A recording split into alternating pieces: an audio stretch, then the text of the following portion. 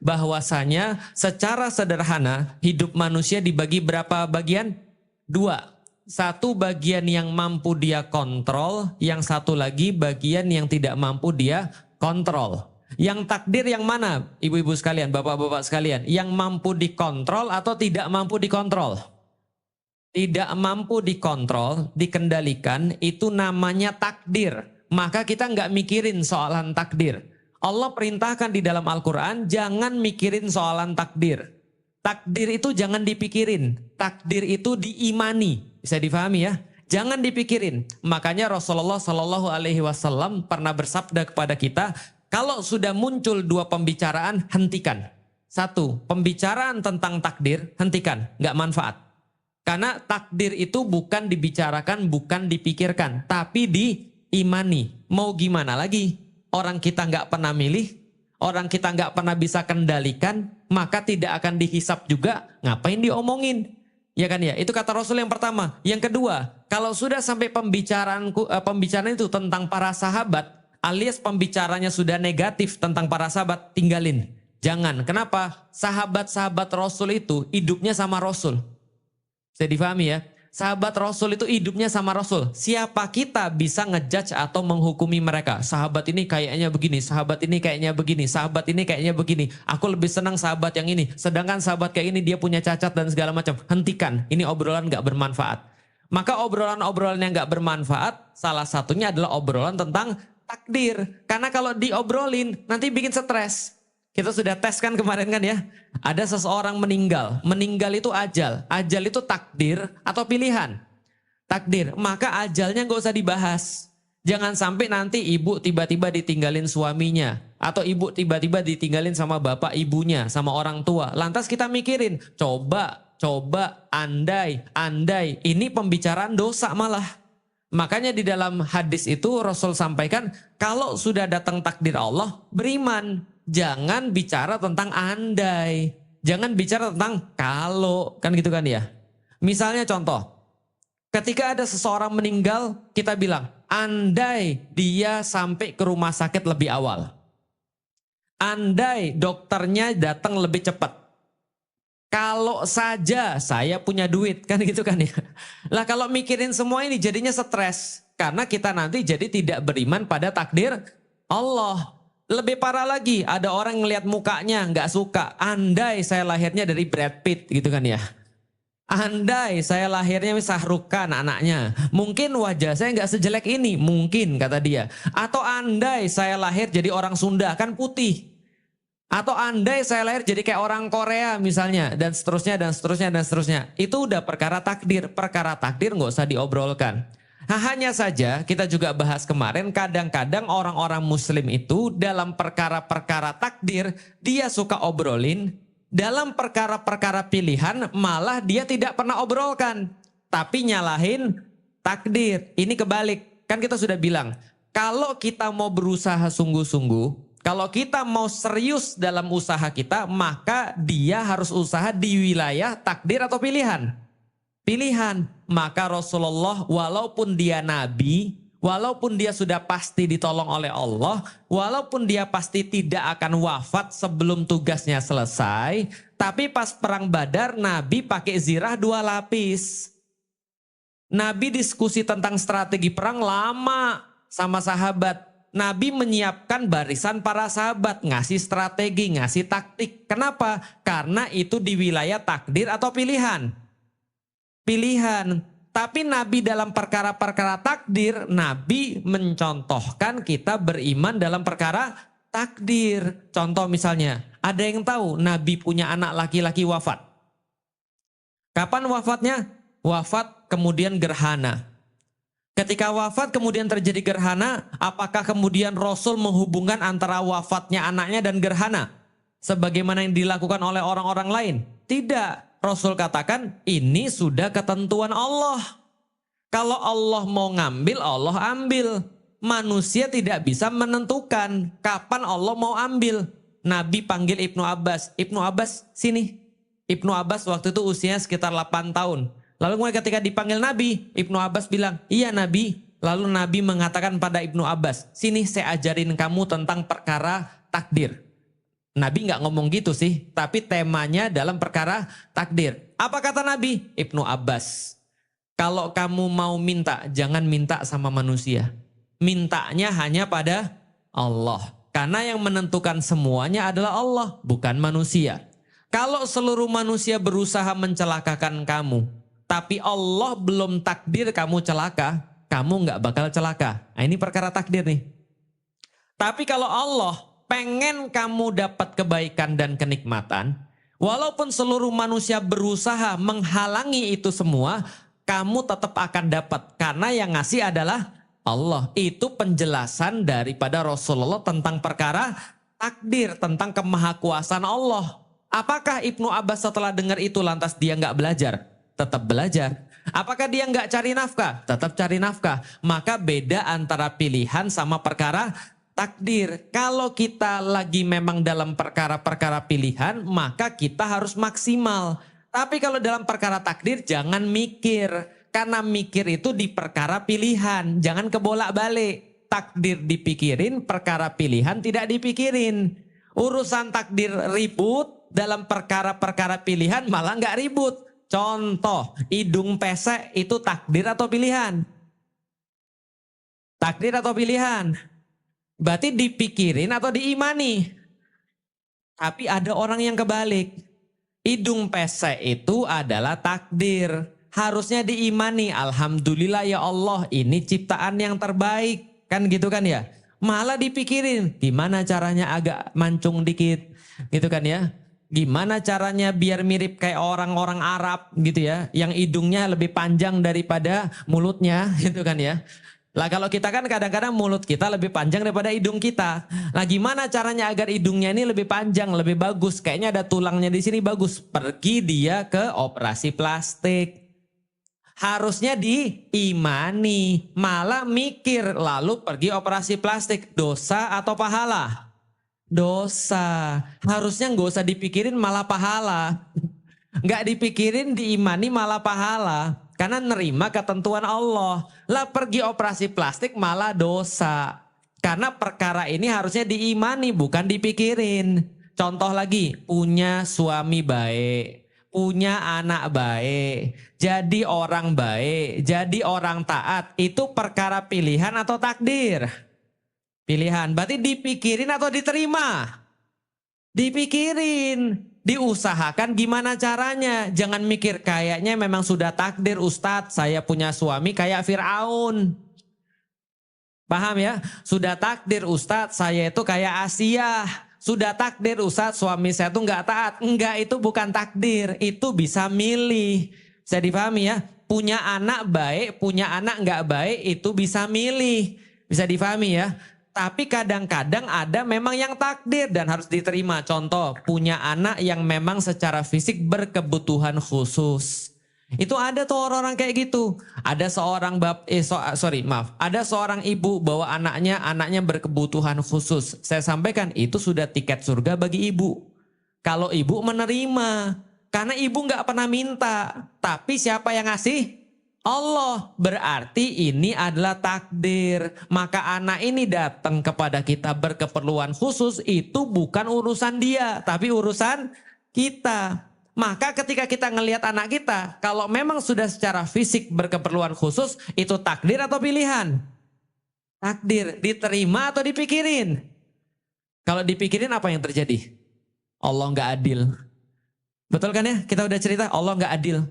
Saya tuh berusaha baik loh ya Allah. Saya tuh udah ikut pengajian loh setiap Senin. Bahkan saya tuh kalau ada waktu kurban, saya kurban loh ya Allah. Kalau saya Idul Fitri tuh saya rajin loh, tahajud saya nggak putus. Kok tiba-tiba saya punya anak saya kemudian berkeperluan khusus. Allah nggak adil. Sementara ada anak orang zina, anaknya normal. Kan gitu kan ya. Makanya kalau takdir itu dipikirin, parah jadinya.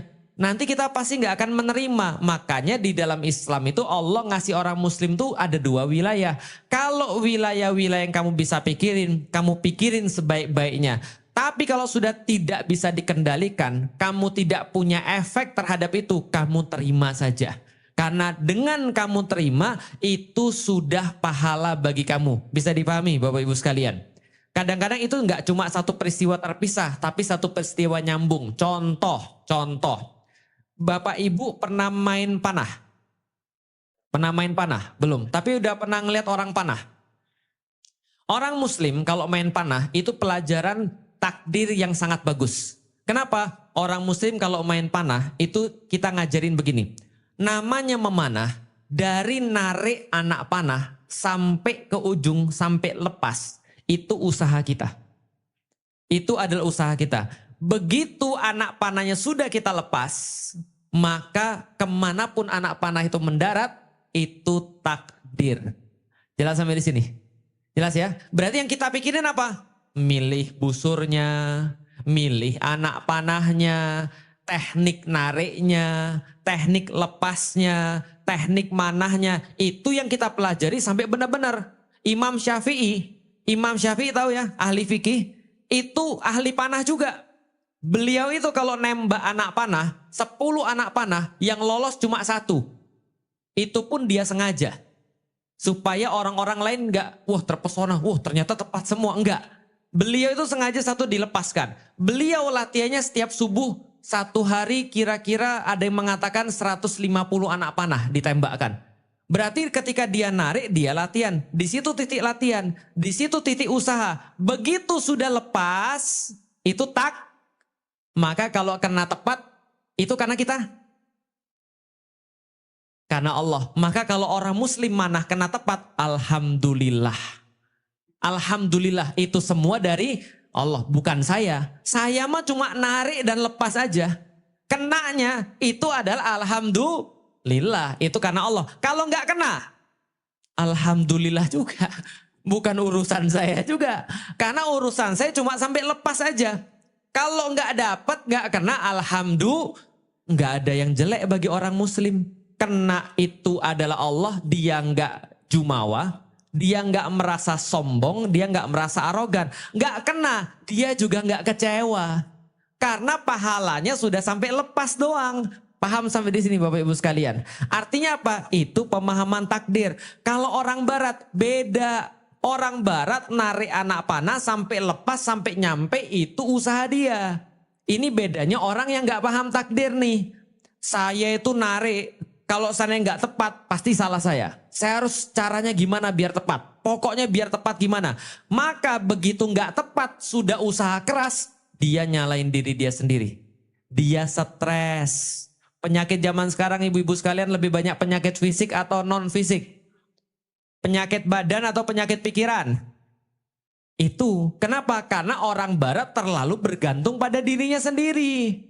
Kalau berhasil, aku tunjuk diri. Ini karena aku kita bisa kaya. Karena aku kita bisa punya rumah. Karena aku kita bisa langgeng pernikahan kita. Karena aku anak-anak kita jadi. Dia akan tepuk dada, tunjuk diri. Tapi begitu dia nggak dapat, apa yang terjadi? Stres. Itu orang yang nggak punya Tuhan. Itu orang yang nggak paham tentang perkara takdir. Itulah kenapa perkara takdir itu penting banget. Kalau orang salah paham tentang perkara takdir, dia pasti stres. Tapi kalau ada orang paham perkara takdir, dia anti stres. Tapi jangan jadi orang malas juga. Ini kan saya ulangi berkali-kali ya. Orang barat percaya Tuhan atau tidak? Tidak. Semuanya karena siapa? Aku. Sementara ada sebaliknya, orang yang pemahaman takdirnya juga salah. Semuanya karena Allah. Semuanya karena Allah. Kenapa dia nggak sholat ya? Nggak apa-apa. Itu Allah belum bukakan bagi dia. Oh gitu. Itu kenapa anaknya nggak sholat ya? Nggak apa-apa. Mungkin Allah belum kasih hidayah. Betul gitu? Itu kenapa ya suaminya judi ya? Nggak apa-apa. Sudah takdir. Itu kenapa suaminya selingkuh? Sudah tertulis di Lauhul Mahfud. Ujung-ujungnya dia jadi males. Ujungnya dia cuma doa doang. Ujung-ujungnya dia cuma tawakal doang. Tapi nggak ada usaha. Ingat kita sudah bahas kemarin. Sebuah doa tanpa usaha itu males. Orang doa tanpa usaha itu bohong. Tapi kalau orang usaha tanpa doa, sombong. Mau jadi yang mana?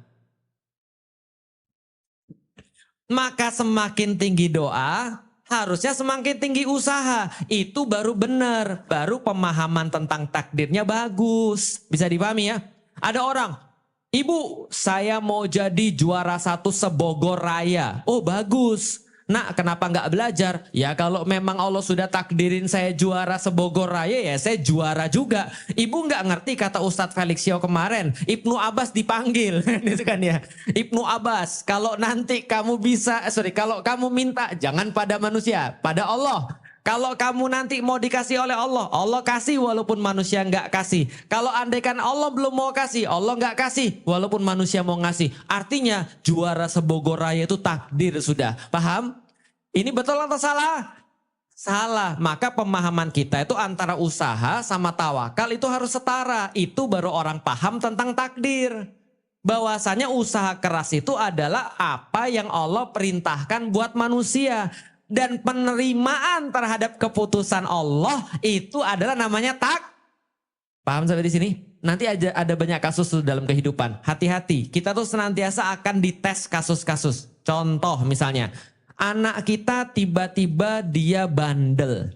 Tiba-tiba anak kita maksiat, dia nggak mau sholat. Pertama kali yang harus ibu dan bapak pikirin apa? Pertama kali yang harus kita pikirin adalah satu, saya salah apa? Saya problemnya apa? Kalau andaikan kita merasa tidak ada problem, coba tanya sama yang lebih tahu. Jangan-jangan ada yang miss. Jangan-jangan ada yang kita lupa dan kita lalai. Itulah perlunya nanya sama orang lebih berilmu. Ustadz, kenapa anak saya jadi begini? Ustadz, kenapa anak saya nggak begini? Dan seterusnya.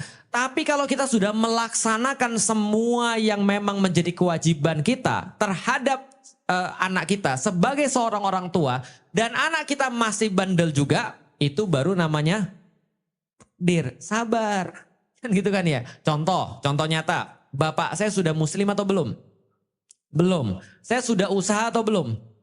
Tugas saya setiap hari adalah mencari usaha-usaha terbaik. Cara baru untuk ngajak bapak saya masuk Islam. Video baru apa yang bisa membuat dia lebih cepat masuk Islam. Bagaimana caranya meyakinkan dia, berharap pada Allah dan seterusnya. Paham? Itu tugas saya. Tapi ketika sampai sekarang, beliau belum mau untuk menerima Islam. Itu saya stres, saya pikirin. Enggak, pikiran saya itu pada usahanya doang. Karena yang diwajibkan oleh Allah adalah usahanya. Dan saya usaha keras. Gimana mikirin? Doa tiap hari, usaha tiap hari, ngubungin dan segala macam. Itu adalah bagian saya. Tapi bagian dia masuk Islam itu nggak buat saya stres. Kepikiran iya, tapi balikin lagi. Ya sudah, yang namanya hidayah bukan tugas saya. Tugas hidayah adalah tugasnya Allah. Kalau Allah belum kasih hidayah, itu urusannya Allah, bukan urusan saya. Enak hidup saya? Berarti saya ribetnya, saya susahnya pada urusan bapak saya masuk Islam atau mendakwahi bapak saya? Mendakwahi bapak saya. Jelas sampai di sini? Itu yang harus kita berbenah terus. Narik panah sampai lepas, itu urusan kita. Setelah dilepaskan, itu urusan takdir Allah. Andai kena, alhamdulillah. Tidak kena pun kita sudah dapat pahala. Karena pahalanya bukan kena atau enggak kena, tapi pada narik panahnya. Paham sampai di sini? Contoh, ibu-ibu belum bisa baca Quran. Lalu ditanya, ibu kenapa belum bisa baca Quran? Saya sudah tua Ustadz. Saya tuh sudah tua jadi susah belajar Ustadz. Tapi ibu-ibu ikut tahsin. Enggak Ustadz, karena saya sudah tua. Berarti ini orang kira-kira salah atau benar? Salah. Kalau ibu-ibu sudah ikut tahsin, sudah ikut tajwid, belajar baca Quran, iqra lagi nggak apa-apa, belajar panjang pendek yang benar, makhrajnya yang bagus dan segala macam. Sudah belajar tetap nggak bisa-bisa. Bagus, itu ada hadisnya. Bagi mereka yang belajar, lalu kemudian sudah keras, tapi lidahnya tetap kaku, kata Rasul. Tapi lidahnya ini gak lancar-lancar, ya tak, dia terbata-bata, kata Rasulullah. Maka bagi dia 2 pahala. Paham sampai di sini? Tapi ditarik dulu itu panahnya. Dilepas dulu itu panahnya. Baru setelah itu kita ngomong tentang takdir. Paham ya? Tapi kalau belum ditarik anak panahnya, belum dibeli busurnya, tiba-tiba langsung loncat tentang takdir, berarti males. Jelas sampai di sini? Berarti kalau ditanya sudah bisa baca Quran belum? Ya udah bilang aja saya males Ustadz. Nah itu lebih bagus. Nanti nggak ditanya lagi kalau gitu. Nah kalau malas berarti obatnya harus cari gimana caranya biar nggak males. Nah itulah orang muslim itu senantiasa produktif. Maka dia itu kalau dia mau melakukan sesuatu dia pasti akan bisa. Dan dia nggak akan mikirin saya bisa atau tidak baca Quran. Itu nggak usah dipikirin. Yang dipikirin adalah belajar baca Quran. Mau kapan hafalnya? Nggak usah dipikirin. Itu rezeki dari Allah. Dan rezeki itu sudah takdir. Allah sudah Allah udah nakdirin kita tuh berapa ayat, berapa juz itu Allah sudah nakdirin. Dan jangan dipikirin. Yang dipikirin soalan apa? Ngafal. Nah, itu harus dipikirin apa cara terbaik, kapan waktu terbaik, pakai cara gimana dan segala macam, berjamaah atau tidak. Itu baru namanya takdir. Berarti hidayah itu adalah takdir atau pilihan? Takdir atau pilihan? Oke, kita bahas hidayah adalah takdir atau pilihan. Ibu-ibu sekalian, diingat bahwasanya hidayah ada 3. Ada berapa? Saya udah jelasin ya, saya jelasin lagi. Hidayah ada berapa? Ada 3. 1 namanya hidayah akal. Akal ini hidayah. Allah kasih akal kepada manusia sebagai bentuk hidayah dari Allah kepada manusia. Allah Subhanahu wa taala berfirman, "Wa hadainahu najdain." Kami hidayahkan pada mereka ada 2 jalan.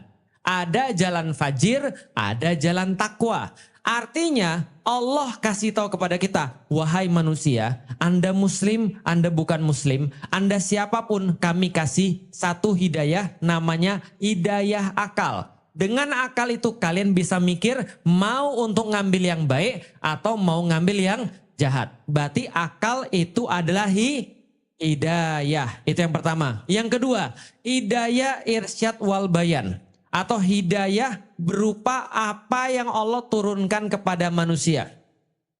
Gitu kan ya. Huwallazi arsala bil huda wa dinil haq. Adalah Allah yang telah kemudian mengutus hambanya dengan huda, dengan hidayah. Berarti Rasul datang dari Allah itu bawa hidayah. Bisa difahami ya. Berarti Quran itu adalah hidayah. Di dalam Al-Quran sudah banyak sekali kata-kata bahwa Al-Quran adalah huda, adalah hidayah. Berarti yang kedua namanya yang Allah turunkan, yaitu adalah risalah dan Rasulullah Shallallahu Alaihi Wasallam. Risalah dan Rasul. Rasul itu orangnya, risalah itu yang dibawanya. Quran dan Sunnah, gampangnya itu. Berarti hidayah yang pertama apa tadi? Huwallazi arsala rasulahu bil huda wa dinil haq. Tadi ada yang salah. Huwallazi adalah Allah yang kemudian menurunkan dengan rasulnya, yaitu adalah huda dan agama yang benar. Bisa difahami sampai di sini? Berarti yang kedua adalah yang namanya apa? Al-Quran dan Sunnah. Yang ketiga namanya hidayatut taufiq, yaitu adalah hidayah taufik. Hidayah taufik itu apa? Yang kita minta setiap hari minimal 17 kali di dalam sholat kita. Ihdinas siratal mustaqim. Berarti ihdinas asal katanya apa? Hidayah. Oke, hidayah ada berapa? Pertama. Yang kedua, irsyad wal bayan atau Al-Quran dan Sunnah. Yang ketiga, taufik. Oke, coba lihat hubungan antara ketiga ini. Hubungan antara ketiga ini. Contoh, Felix Xiao pas masih di Palembang belum muslim. Dia punya akal? Sudah dapat hidayah berarti? Sudah dapat hidayah? Hidayah akal. Bagus. Perhatikan, hidayah akal. Tapi yang dia belum tahu hidayah apa? Hidayah irsyad wal bayan, Al-Quran dan As-Sunnah. Itu belum ada yang ngasih tahu saya. Akal saya melihat muslim malas. Melihat muslim kacau. Melihat muslim jorok. Itu yang akal saya lihat. Wajar saya nggak tertarik sama Islam? Wajar. Karena saya belum tahu hidayah irsyad wal bayan. Atau risalah atau Al-Quran dan As-Sunnah.